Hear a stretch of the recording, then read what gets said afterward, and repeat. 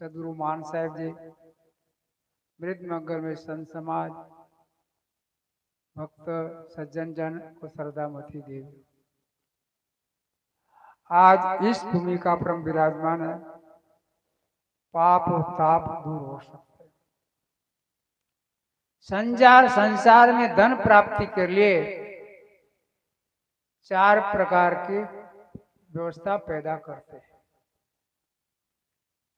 पहला मास्टर है, दूसरा डॉक्टर है, तीसरा वकील है, चौथा इंजीनियर है और 5वां विज्ञानी। संसार का ये 4 साधन के द्वारा सुख संपत्ति मिलती है, सुख मिल सकता है, पर संसार में दुख निवृत्ति नहीं होता, शांति नहीं मिलती। तो उसके लिए वो पैदा नहीं होते, प्रकट होते। तो ये सदगुरु प्रकट होते। क्या होते? तो सदगुरु की संसार की जरूरत है। संसार के 2 का संबंध, शरीर के साथ संबंध के मन का संबंध से सुख चाहिए तो 2 का सुख होता है।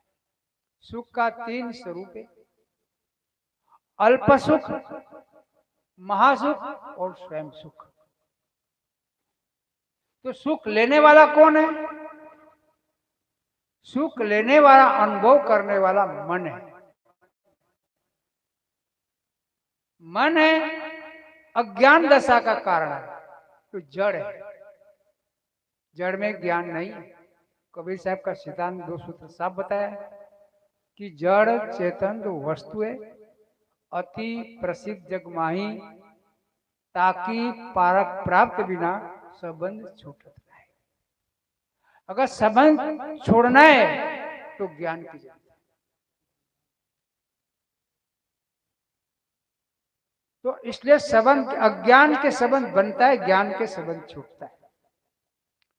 तो सुख का अनुभव करने वाला कौन है? मन है।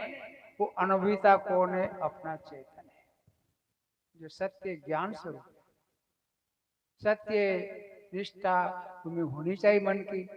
तो मन अनादि काल से शरीर की परदेने के वो भटकता और भूलता रहता है।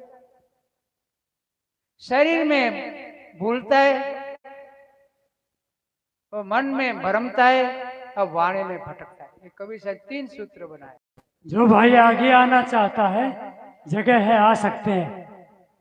जिसको जहाँ जैसी जगह मिले, मंदिर आपका, आराम से बैठिए। चलो सर। सदगुरु कहते हैं कि तुमको दुख और भ्रम मिटाना है तो सदगुरु की शरण में जाना पड़ेगा।